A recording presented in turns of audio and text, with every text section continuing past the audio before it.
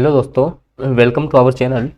दोस्तों, अपने राजस्थान जी के मॉडल पेपर चल रहे थे। आपके 50 क्वेश्चन अपन डेली कवर करते हैं। लेवल 1 और लेवल 2 के लिए समान रूप से उपयोगी है। काफ़ी अच्छे अच्छे क्वेश्चन का आपके लिए डिस्कस किया जाता है। उसी कड़ी में अपना ही मॉडल पेपर 15वें नंबर का है आज।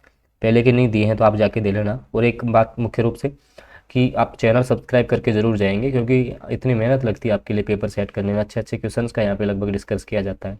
फिर भी आपको जो है सब्सक्राइब करने में ऐसा तो है नहीं कि आपका कुछ चला जाएगा, क्योंकि आपके सपोर्ट की आवश्यकता होती है। तो आप भावनाओं को समझते हुए चैनल को सब्सक्राइब जरूर करेंगे। आज देखिएगा, पहला क्वेश्चन है, चित्तौड़गढ़ की किस रानी ने बादशाह हुमायूं से मदद मांगी थी? इजी क्वेश्चन है, जल्दी आगे बढ़ जाएंगे। ऑप्शन ए रानी कर्णावती ने राखी भेजी थी।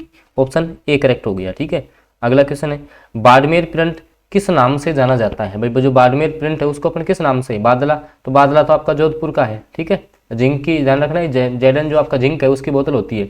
अजरक प्रिंट को अपन बाड़मेर प्रिंट के नाम से जानते हैं। ऑप्शन बी आपका करेक्ट रहेगा। अगला क्वेश्चन देखिएगा, पटुओं की हवेली कहाँ पर है? तो पटुओं की हवेली, इजी क्वेश्चन है, जैसलमेर में हो जाएगी। अगला क्वेश्चन है, संप्रदाय और उनका स्थल के साथ सुमेलित कौन सा नहीं है? ये आपको बताना है। देखिएगा, प्रणामी संप्रदाय जयपुर से संबंधित है, नाथ संप्रदाय आपका पन्ना, दादू पंथ है कोटा, राम स्नेही है वो आपका है नगला। तो प्रणामी जयपुर जो है वो आपका युग्म आपका सही सुमेलित है। ठीक है, ये आपका सुमेलित है, वरना आपके सारे गलत है, क्योंकि दादू आपका जयपुर नरेना में इसकी पीठ है, राम स्नेही गलत हो जाएगा। कौन सा सही है केवल? तो प्रणामी जयपुर याद रखेंगे आज से। अगला क्वेश्चन है कि निम्न में से कौन सा संप्रदाय हंस संप्रदाय के नाम से भी जाना जाता है? भाई कौन से संप्रदाय को अपन हंस संप्रदाय भी बोलते हैं? निम्बार्क को बोलेंगे, रामस्नेही को बोलेंगे, रामानंदी को बोलेंगे, गौड़ीय संप्रदाय को बोला जाता है, या शाक्त संप्रदाय को? तो जो आपका निम्बार्क संप्रदाय है, जो आपका निम्बार्क जो संप्रदाय है उसको अपन हंस संप्रदाय भी बोलते हैं। इसको अपन हंस संप्रदाय भी बोला जाता है। अगले क्वेश्चन की बात कर लेते हैं। देखिएगा, अगला क्वेश्चन है कि रामस्नेही जो संप्रदाय है उसकी रैण शाखा के प्रवर्तक कौन है? रामचरण जी हैं, जयमल दास हैं, रामदास हैं, या दरियाव जी हैं? तो रामस्नेही संस्थान की जो रैण शाखा है उसके आपके संत दरियाव जी हो जाएंगे। इजी क्वेश्चन है। अगला क्वेश्चन, निम्बार्क संप्रदाय की प्रमुख पीठ आपकी कहाँ पर हो जाएगी? तो ये आपकी सलेमाबाद में होगी। कहाँ पर हो जाएगी? सलेमाबाद में। Important question. अगला है, दादू पंथ, दादू की जो गुफाएं हैं वो आपकी नारायणा जयपुर में हो जाएंगी। इजी क्वेश्चन है।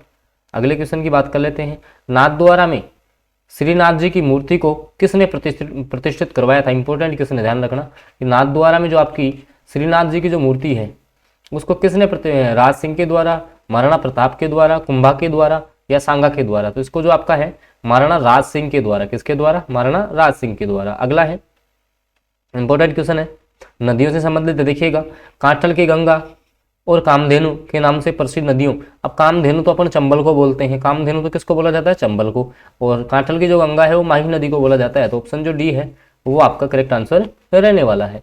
अगले क्वेश्चन की बात कर लेते हैं। देखिएगा, निम्न में से किस जिले में चंबल नदी नहीं गुजरती? देखिएगा, चंबल जो है वो आपके मध्य प्रदेश से निकलती है। मध्य प्रदेश की जीना पाओ की पहाड़ियों से नदी निकलती है। और जो आपका जो राजस्थान है उसमें आपके चित्तौड़गढ़ में प्रवेश करती है। कहाँ प्रवेश करती है? चौरासीगढ़ चित्तौड़गढ़ में इस साइड बहती हुई, इस साइड से यमुना जा रही है, इसमें इटावा के समीप यहाँ पे मिल जाती है। तो कौन से जिले में नहीं बहती है? देखो, चित्तौड़गढ़ में बहेगी, कोटा में बहती है, झालावाड़ और धौलपुर। तो इसका जो राइट आंसर रहेगा वो रहेगा झालावाड़ में नहीं बहती है। ठीक है, झालावाड़ से नहीं गुजरती है। ऑप्शन सी करेक्ट हो जाएगा। अगला क्वेश्चन है, निम्न में से कौन राजस्थान के लोक देवता नहीं है? गोगा जी हैं, पाबू जी भी हैं, रामदेव जी भी हैं, नामदेव जी नहीं होंगे। ठीक है, ऑप्शन डी आपका इनकरेक्ट रहेगा। अगले क्वेश्चन की बात कर लेते हैं, राजस्थान के लोक वाद्य यंत्रों के विषय में कौन सा कथन सही नहीं है? देखिएगा, भफंग और रावणहत्ता दोनों आपके तत्वाद्य यंत्र होते हैं। जो भफंग है और रावणहत्ता है दोनों आपके तत्वाद्य यंत्र हैं क्या? दूसरा है, अलगोजा और मोरचंग आपके सुशिर वाद्य यंत्र हैं। ढोलक, नौबत, नगाड़ा, चंग ये थाप वाद्य यंत्र हैं। फूक वाद्य यंत्र बाकिया और करना को मांगलिक अवसरों पर नहीं बजाया जाता। तो नहीं बजाया जाता, इसमें नहीं आ गया तो ये आपका इनकरेक्ट है, बाकी आपके सारे सही रहेंगे। अगला क्वेश्चन है, इंपॉर्टेंट क्वेश्चन, अजमेर की जो आना सागर झील है उसमें किस नदी का पानी आता है? तो इसमें बांडी नदी का पानी आता है। ध्यान रखना, किस नदी का पानी आता है? बांडी नदी का पानी आता है। अगले क्वेश्चन की बात कर लेते हैं, राजस्थान प्रदेश का पहला जैविक उपभोक्ता बाजार बलीचा कृषि उपज मंडी। भाई बलीचा कहाँ पर है? राजस्थान में तो उदयपुर में है। ध्यान रखना, कहाँ पर है? बलीचा आपका हो जाएगा उदयपुर में, याद रखना है आपको। अगला है, आखा से क्या आशय है? आखा किसको बोलते हैं? मकान की छत को बोला जाता है, या पत्थर खोदने में प्रयुक्त उपकरण है, छोटी हल्की बैलगाड़ी है, मांगलिक अवसर पर काम आने वाले चावल या गेहूं के दाने, तो इनको आखा बोला जाता है। ऑप्शन डी आपका करेक्ट रहेगा। अगले क्वेश्चन की बात कर लेते हैं। मारवाड़ के राठौड़ वंश का जो वास्तविक संस्थापक है वो अपन राव सिंहा को मानते हैं, याद रखना, राव सिंहा को कहा जाता है। अगला क्वेश्चन है, राजस्थान के विभिन्न नगरों और उनसे प्राचीन नाम है उनको सुमेलित करना है, और असुमेलित गलत कौन सा है वो आपको बताना है। तो देखिएगा, ओसिया, उपकेशपटन, करौली, गोपालपाल, जयपुर, जयनगर, जैसलमेर, थली, बिल्कुल नया क्वेश्चन है। तो इसका जो आपका राइट आंसर रहेगा वो रहेगा जैसलमेर का जो है वो थली अपन नहीं बोलते थे जैसलमेर को, ठीक है। अगला क्वेश्चन, प्राचीन ताम्रवर्ती नगरी को वर्तमान में कहा जाता है, जो आपकी आहड़ है उसको अपन क्या बोलते थे? ताम्रवर्ती नगरी बोला जाता था।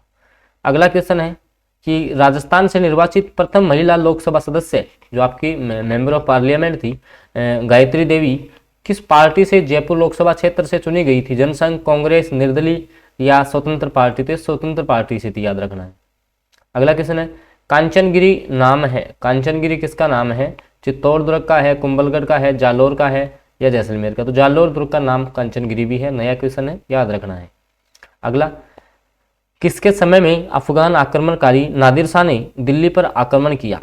नादिर शाह ने है वो किसके समय, आपका राजस्थान का कौन था उस टाइम? तो जगत सिंह द्वितीय, आपके जगत सिंह जो द्वितीय थे वो थे। अगला क्वेश्चन, स्वामी भगत पन्नाधाय ने अपने पुत्र का बलिदान देकर उदय सिंह को बचाया था, पुत्र कौन था? चंदन हो जाएगा। अगला क्वेश्चन है, खानवा स्थान कहाँ पर है? तो ये रूपवास तहसील आपकी भरतपुर की, तो वहां पे हो जाएगा। हिंदू पथ कहा जाता है, तो आपके जो राणा सांगा है उसको अपन हिंदू पथ कहते हैं। अगला क्वेश्चन है, किक्का के नाम से महाराणा प्रताप को जाना जाता है। खानवा के युद्ध में राणा सांगा की हार का कारण क्या था? तो जो पहला युद्ध हुआ था उसके साथ उसको एक तो टाइम कम मिला, एक जो बाबर की है वो तुलगुमा युद्ध पद्धति थी, पुरानी युद्ध तकनीक बाबर सांगा के पास थी, इस कारण से जो है वो राणा सांगा आपका हार गया था। अगला है, महाराणा प्रताप की छतरी बांडोली में बनाई गई है। 26 जनवरी 1620 को महाराणा अमर सिंह प्रथम का देहांत कहाँ पर हुआ? तो इनका जो देहांत है वो आपका उदयपुर में हुआ था। अगले क्वेश्चन की बात कर लेते हैं, आहड़ की महासतियों में सबसे पहली छतरी किसकी है? तो अमर सिंह की। किसकी है? अमर सिंह की है। अगला क्वेश्चन, मेहरानगढ़ जो आपका जोधपुर है उसका निर्माण किसने करवाया था? तो राव जोधा ने करवाया था। अगला क्वेश्चन है, 1939 में शेखावाटी जकात आंदोलन के नेतृत्व पंडित नरोत्तम लाल जोशी, ज्वाला प्रसाद, तारकेश्वर या पंडित आपके रामकरण शर्मा? तो नरोत्तम लाल जो आपके जोशी थे, पंडित नरोत्तम लाल जो जोशी थे वो शेखावाटी जकात आंदोलन का नेतृत्व करता थे। अगला क्वेश्चन, राजस्थान के किस क्रांतिकारी को उसकी नेतृत्व क्षमता के कारण सरदार की उपाधि से सम्मानित किया गया था? बताइएगा, हरलाल सिंह, छगनराज चौपासनी, बीरबल सिंह या शोभाराम? किसको अपन सरदार बोलते? तो हरलाल सिंह, ध्यान रखना। अगला क्वेश्चन है, 1920 में स्वदेशी आंदोलन के दौरान जोधपुर में चांदमल सुराणा एवं साथियों द्वारा जिस संस्था की स्थापना की गई थी उसको अपन क्या नाम देते हैं? तो इसका जो है वो आपका मारवाड़ सेवा संघ हो जाएगा, ठीक है, याद रखना। अच्छा क्वेश्चन है, चांदमल सुराणा और जो उनके साथी हैं उन्होंने जो आपका है वो मारवाड़ सेवा संघ की स्थापना की थी। अगला क्वेश्चन है, जयपुर प्रजामंडल के संस्थापक कौन थे? तो कपूर चंद पाटनी हो जाएंगे आपके, ऑप्शन सी करेक्ट रहेगा। अलवर राज्य में जन जागरण का श्रेय किसे दिया जाता है? तो आपका जो पंडित हरिनारायण शर्मा है वो आपके अलवर प्रजामंडल से संबंधित थे। अगला क्वेश्चन है, और दोस्तों वीडियो आपको अच्छा लग रहा हो तो उसको लाइक जरूर कर दें, और आज आपको है वो चैनल को सब्सक्राइब करके जरूर जाना है, क्योंकि कम समय में आपके लिए काफ़ी मेहनत यहाँ पे की जाती है, तो भावनाओं को समझते हुए आप चैनल सब्सक्राइब जरूर करेंगे, उसमें आपका कोई नुकसान नहीं होने वाला। देखिएगा, राजस्थान की वह एकमात्र रियासत जिसके शासक ने सर्वप्रथम पूर्ण उत्तरदायी शासन की स्थापना 14 अगस्त 1947 को ही कर दी थी, तो कौन सी आपकी राजस्थान की ऐसी रियासत थी? वो थी आपकी शाहपुरा रियासत। कौन सी रियासत थी?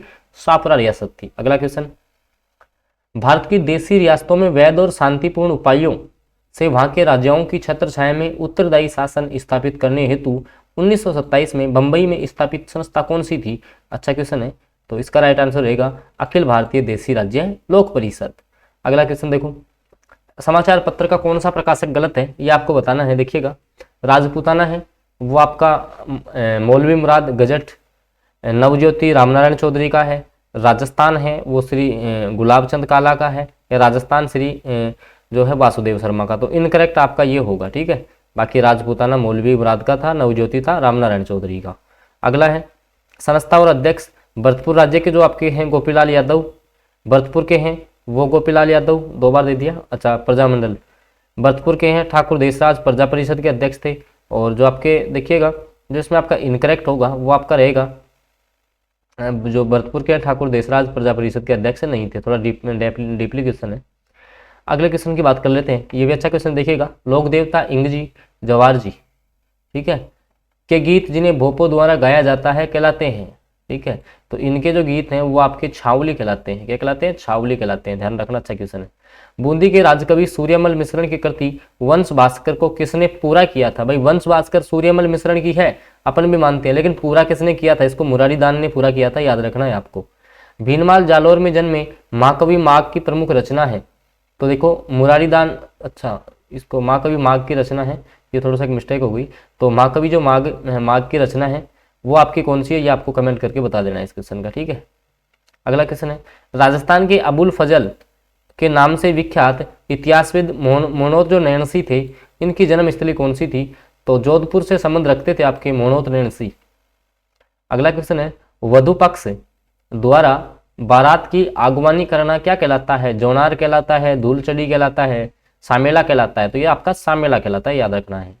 अगला क्वेश्चन है, राज दरबार में पंक्तिबद्ध तरीके से बैठने की रीति को क्या कहते हैं? मिसल कहते हैं, कुरब कहते हैं, पासीब कहते हैं या नाजर कहते हैं? तो इसको मिसल कहा जाता है, ध्यान रखना। ऐसे मान लो कि ऐसे समझ लो इसको, राज दरबार में पंक्तिबद्ध बैठ रहे हो तो आप मिसाल पेश कर रहे हो। क्या पेश कर रहे हो? पंक्तिबद्ध बैठ के मिसाल पेश कर रहे हो, इस प्रकार से भी याद रख सकते हो। अगला क्वेश्चन है, आदिवासी लोगों में प्रचलित लीला मोरिया संस्कार किससे संबंधित है? विवाह से संबंधित हो जाएगा आपका लीला मोरिया संस्कार।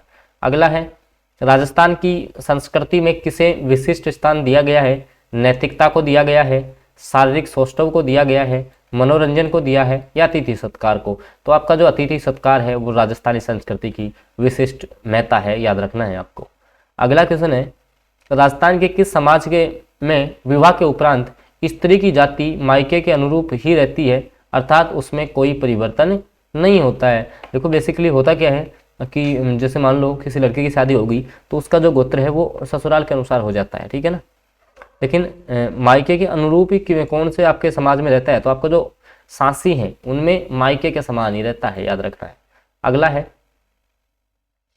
राज्य की सेना द्वारा किसी गांव के पास पड़ाव डालने पर उसके भोजन के लिए गांव वालों से वसूल की जाने वाली लाग को अपन क्या बोलते हैं? खिचड़ी लाग, चौरी लाग, रुखवाली लाग या पावना पावरा लाग? तो इसको खिचड़ी लाग बोला जाता है। और एक क्वेश्चन आपके लिए एक्स्ट्रा लिया है मैंने इसमें, ये आप बता दीजिएगा, भीलों द्वारा सिर पर पहने जाने वाली पगड़ी को क्या कहते हैं? इसका आंसर आप कमेंट बॉक्स में देंगे, ऑप्शन आप देख सकते हैं। वीडियो अच्छा लगा हो तो आप इसको लाइक कर देना, चैनल पे नए हो तो सब्सक्राइब आज जरूर करके जाएंगे, ठीक है। सब्सक्राइब आपको जरूर करना। ओके फ्रेंड्स, मिलते हैं फिर आपसे अगले वीडियो में।